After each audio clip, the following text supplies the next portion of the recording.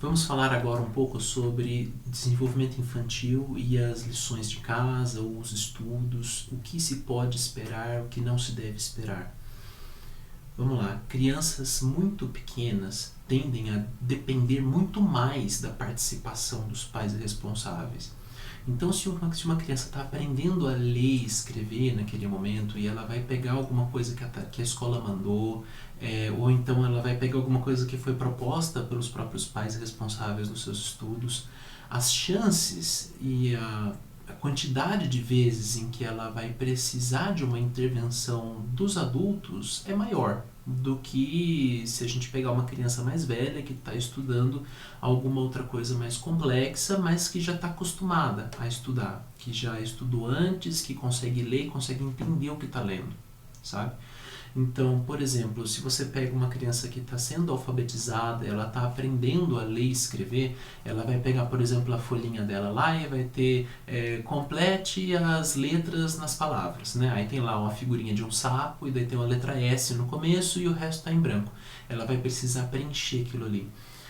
A criança, considerando-se a forma como as crianças são alfabetizadas, muitas vezes ela vai começar a pensar, tem um S aqui, então ela vai começar, ela vai olhar para o sapo, pensar sapo, sapo, sapo, né? Ela vai começar a querer quebrar em sílabas, né, para poder ver qual a consoante que se junta com qual vogal.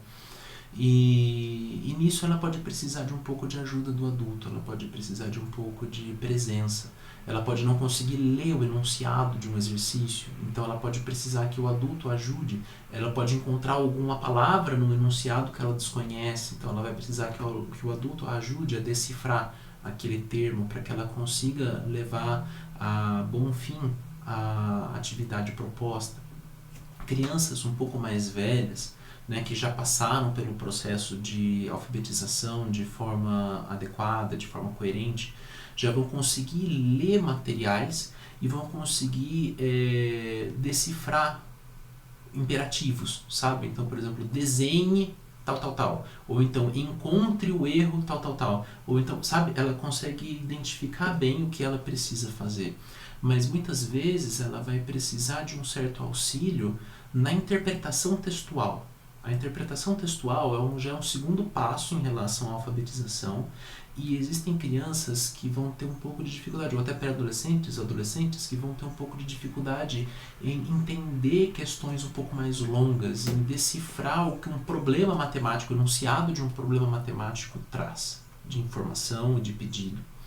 Então, pode ser necessário que os pais ou responsáveis intervenham nessas questões, ajudem as crianças, os adolescentes a entender o contexto geral de uma questão, sabe?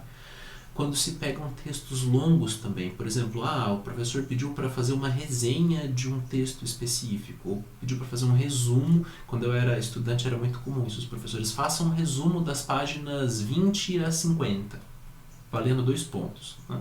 Então você pode precisar, a sua criança pode precisar que você dê uma ajuda.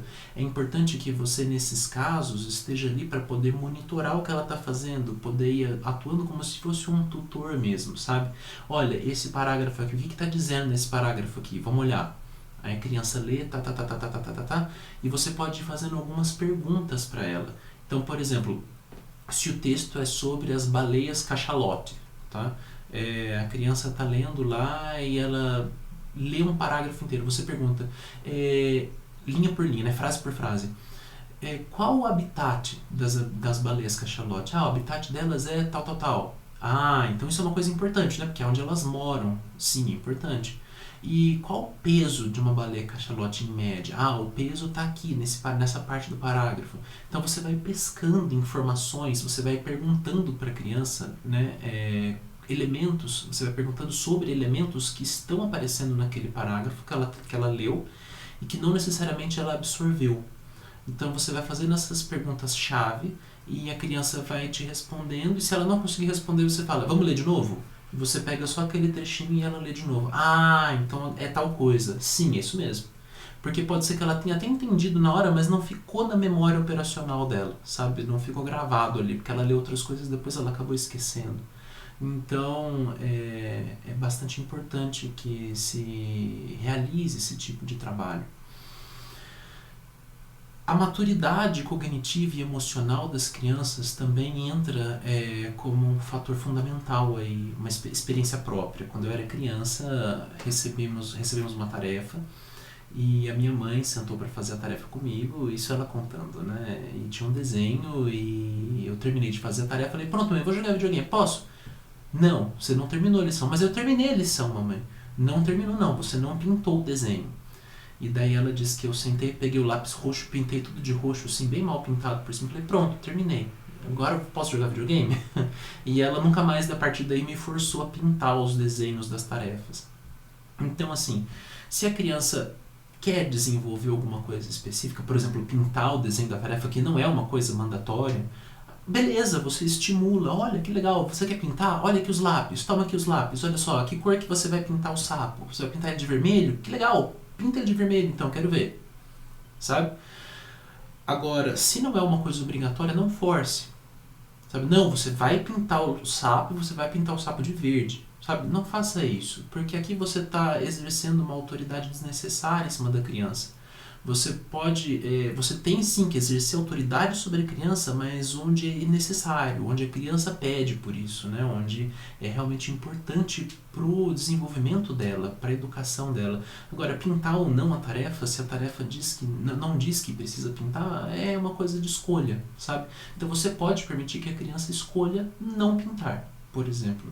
Então, isso é uma questão de maturidade cognitiva e de maturidade emocional da criança, né? Por exemplo, nesse caso que eu citei, eu não queria pintar o negócio e como fui forçado a pintar, eu pintei de qualquer jeito, né? Você vai ter graus diferentes disso dependendo da maturidade de uma criança ou de um adolescente. Então, uma criança muito pequena tende a espanar desse jeito com mais facilidade do que uma criança um pouco maior. Por quê? A criança um pouco maior já teve a oportunidade de exercitar mais o seu autodomínio, coisa que a criança pequena ainda não teve, mas está tendo. Então, esse autodomínio, no entanto, vem aos poucos, sabe? Você não deve tentar forçar a criança a desenvolver um autodomínio depressa demais, porque ela não aguenta, ela é muito pequena, ela ainda está aprendendo sobre regras, ela ainda está aprendendo sobre exceções a regras, tá? Então, e isso é difícil até para os adultos às vezes, sabe? Aprender o que são regras, o que são exceções à regra.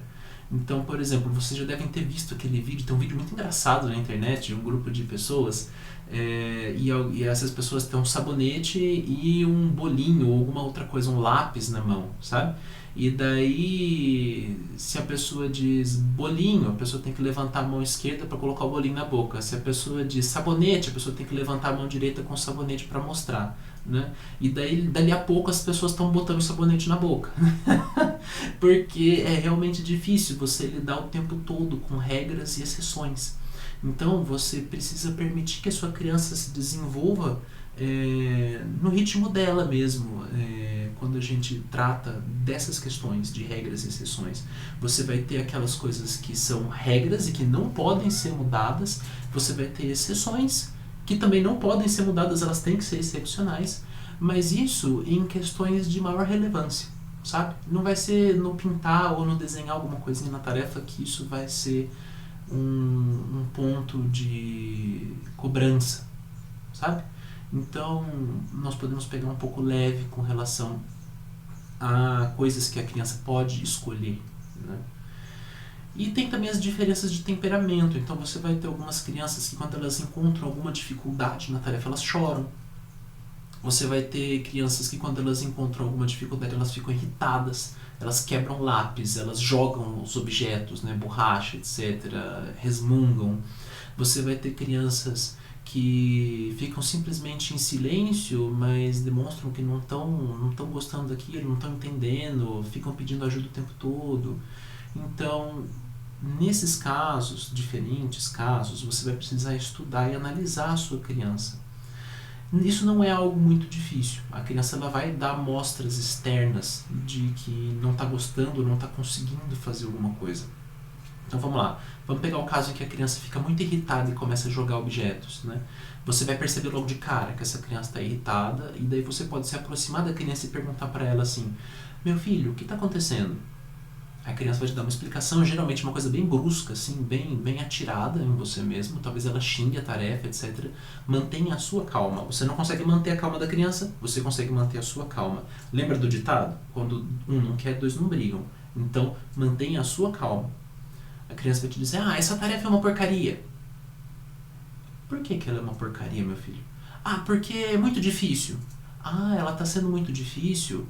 Você consegue me mostrar? Mostra pra mim o que está sendo difícil. Aí a criança vai te mostrar: essa conta aqui. Ah, olha só, é uma conta de dividir. Ela está sendo difícil? É alguma coisa na hora de fazer? Você lembra como é que faz? Qual a regrinha pra gente dividir? Lembro. Ah, então começa. Vamos lá, mostra pro papai ou mostra pra mamãe como é que você está começando. Aí a criança vai lá e começa, né? Se a criança estiver muito irritada, você pode pedir pra ela, falar assim pra ela: olha, calma, vai lá no banheiro, lava o seu rosto, bebe uma água. Não quero! Tudo bem, o que você quer fazer agora? Assim, essa é uma pergunta que vai quebrar as pernas da criança, né? Eu quero XPTO, quero fazer tal coisa. Vou te deixar fazer essa coisa por 10 minutos. Vai lá fazer. A criança vai lá, fica 10 minutos lá. Depois dos 10 minutos você vai lá e fala pra ela: pronto, seus 10 minutos passaram. Se prepara que daqui a pouquinho a gente vai voltar lá e vai, ou daqui 5 minutos, ou agora, daqui a pouquinho, nós vamos lá e vamos sentar pra gente fazer junto, tá? Aí a criança vem e você vai e senta junto com ela e ela vai te mostrando passo a passo do que ela tá fazendo. Você encontra o erro, você não fala qual é o erro dela logo de cara.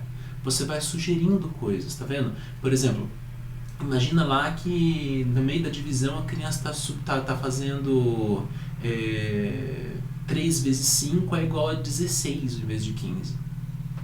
Aí você para e pergunta assim: ah, olha só, esse resultado não está batendo com o resultado da professora, né? Mas, olha só, aqui na divisão, será que você multiplicou direitinho todos os números para você poder alcançar o número para subtrair do dividendo? Vamos contar de novo. Aí você vai com a criança aos pouquinhos: quanto é tanto vezes tanto? X. Quanto é tanto vezes tanto? Y. Você vai botando lá. E quanto é 3 vezes 5? 16. Tem certeza? Vamos contar de novo. Aí a criança encontra 15. Porque assim você não está corrigindo ela diretamente, ela não vai se sentir, entre aspas, rebaixada, porque ela cometeu um erro bobo, né? E precisou que você viesse corrigi-la. E ao mesmo tempo você está corrigindo, sabe? Então você não está deixando a criança no erro, mas você também não está esfregando no nariz dela, né? Que ela estava errada. Vamos pegar agora a criança muito mais sentimental, começa a chorar, né? A criança começa a chorar: eu não sei o que fazer aqui, eu não sei o que eu estou fazendo, é muito difícil o exercício. Calma, vamos lá, vou te mostrar como é que funciona a regra, né? Mas primeiro, vai lá no banheiro, lava seu rosto, toma uma água, vem aqui com a mamãe, vem aqui com o papai, vou te dar isso aqui para você comer um pouquinho, come uma fruta aqui, come alguma coisa, toma um pouquinho de suco, vamos dar uma respirada e daí você volta aqui e a gente faz o exercício. Aí a criança voltou, você fala: então, vou te mostrar a regra uma vez. Eu falo: a regra é assim. Você vai lá e mostra para a criança como é que faz a divisão. Você consegue se lembrar mais ou menos da regra? Vamos lá, passo por passo. Vamos começar. Sei lá, 350 dividido por 2, né? Então vamos lá, o 3 dá para dividir por 2? Dá. Então quantas vezes o 2 para chegar perto do 3? Uma vez. Você escreve lá o número 1, né? Então é assim que a gente vai progredindo, sabe? Estude a sua criança, observe a sua criança. Não é necessário ter um conhecimento de psicologia apurado aqui, tá? Qualquer pai, qualquer mãe é capaz de olhar para a sua criança e perceber se a sua criança não está conseguindo entender alguma coisa, não está conseguindo exercitar alguma coisa específica, e daí ir perguntando, assim, sabe? Você vai jogando perguntas, né? Nossa, por que você está bravo? Por isso. E o que está deixando difícil para você ficar bravo? Tal coisa. Me mostra tal coisa. Aí a criança vai e te mostra. Então assim você vai entrando, você vai penetrando, você vai entrando pela casca grossa, entendeu? Dos elementos de defesa da criança. E assim você consegue entendê-la e ajudá-la.